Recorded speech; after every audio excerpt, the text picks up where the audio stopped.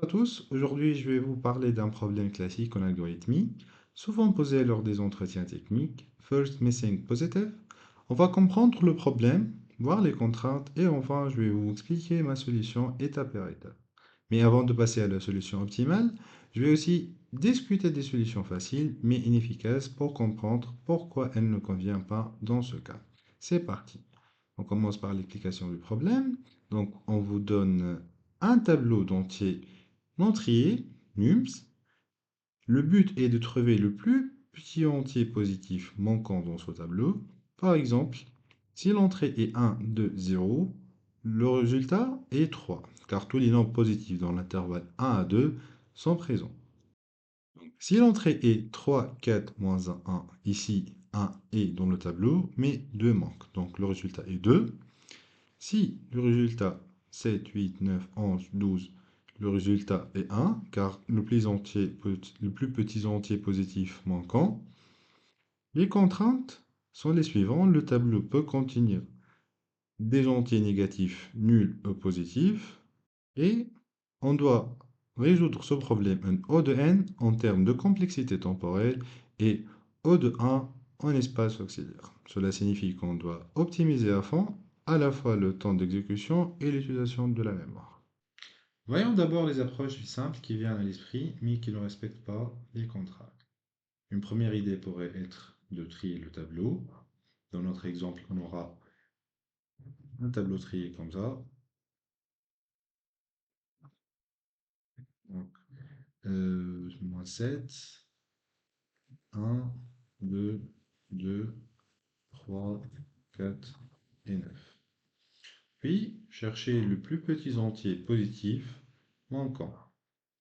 On va bien sûr ignorer les valeurs négatives et nulles.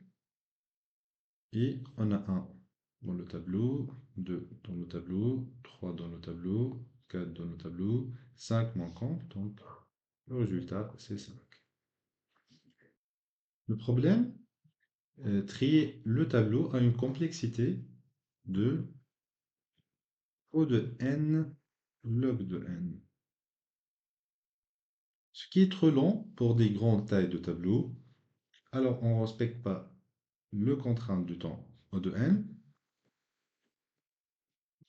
Une deuxième idée consiste de créer un tableau supplémentaire de type booléen où on va suivre la présence des entiers dans l'intervalle 1 à n, avec n le type de tableau, dans notre cas n égale à 7. Par exemple ici, initialement on aurait false, false, false. Après, je vais parcourir le tableau. 1 existe, donc je vais mettre à jour 1 moins 1, donc i0, donc maintenant j'ai true. Puis 4, true. Moins 7 n'est pas dans l'intervalle, je vais ignorer. 3, true. 2, true. 9, c'est pas dans l'intervalle. 2 dans l'intervalle, donc déjà true. Et puis, je vais passer sur ce tableau et voir quel est le premier indice qui contient false. Ici, le premier indice, c'est i égale à 4. Donc, l'élément, c'est i plus 1. Le plus petit entier positif, c'est 5. Bien que cette méthode a une complexité temporaire de O de n, elle utilise un espace auxiliaire de O de n à cause de ce tableau. Donc, ce qui ne respecte pas la contrainte de l'espace, c'est inférieur à O de 1. Du coup, ces deux approches peuvent fonctionner pour des petits tableaux, mais elles ne sont pas adaptées si on veut respecter les contraintes d'optimisation. C'est pourquoi on doit trouver une méthode plus intelligente. Pour respecter ces contraintes, voici l'approche optimale que j'ai utilisée. Première étape, utiliser la position comme indicateur, c'est-à-dire chaque entier positif x devrait idéalement se retrouver à la position x-1 dans le tableau. Par exemple, 1 devrait être à l'indice 0, 2 à l'indice 1, 3 à l'indice 2, etc. Si tous les nombres sont bien placés, alors le premier indice qui ne correspond pas donne notre résultat. On va travailler avec cet exemple et on va parcourir indice par indice. Le premier indice, on va voir si on a 1, donc c'est bon, on a 1. Deuxième indice, on va voir si on a 2, on a 4. Donc, puisque 4 est dans l'intervalle 1, 7, qui est n, donc on va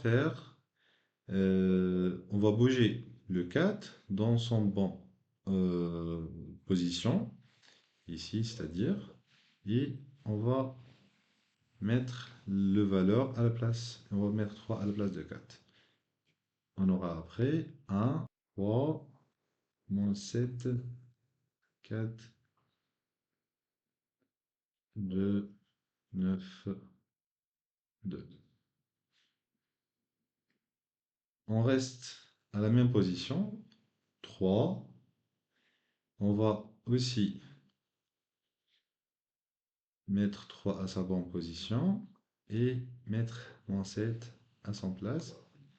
On aura 1, moins 7, 3, 4, 2, 9, 2. Maintenant, on a moins 7 qui n'est pas dans l'intervalle, donc on va passer à l'indice suivant. 3 est dans sa bonne position, donc ça va, on passe au suivant.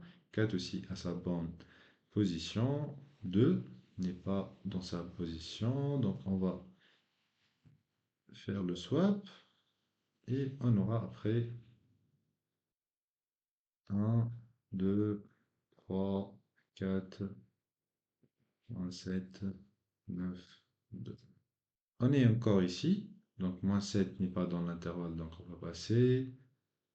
Pour 9, il est aussi n'est pas dans l'intervalle.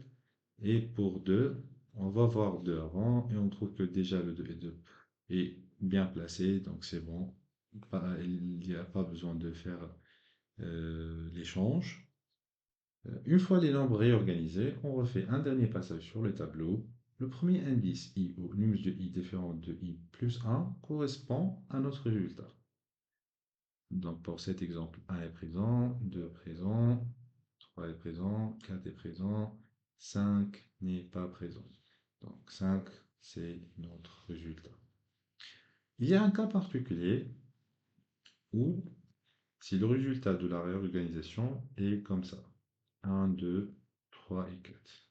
Donc tous les éléments sont dans les bonnes positions. Dans ce cas-là, le résultat sera n plus 1. Pour ce tableau, c'est 5. Voyons maintenant la solution en Java. Première étape, réorganiser les éléments. Dans le boucle principale, on réorganise les nombres pour qu'ils soient à leur position idéale. Pour cela, j'ai utilisé une boucle while qui vérifie si un nombre est à sa place.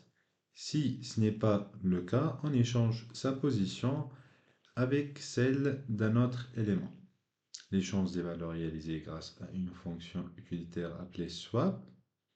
Cette fonction simplifie l'écriture et permet de rendre le code plus lisible. Elle prend deux indices et change directement les valeurs dans le tableau. Une fois cela fait, on vérifie chaque position si nums de i n'est pas égal à i plus 1. Alors, i plus 1 est le plus petit entier positif manquant. Si tout est correct, cela veut dire que les nombres de 1 à n sont présents et on retourne n plus 1. Et voilà, c'est comme ça qu'on peut résoudre ce problème en O de n temps et O de 1 espace auxiliaire. Souvenez-vous, dans des problèmes comme celui-ci, les solutions naïves peuvent sembler simples, mais elles ne conviennent pas si on vous demande des solutions optimales. Ici, la clé est d'utiliser le tableau lui-même pour minimaliser l'utilisation de mémoire. Si vous avez des questions, n'hésitez pas à les poser en commentaire. Merci d'avoir regardé et à bientôt pour une nouvelle vidéo sur les algorithmes.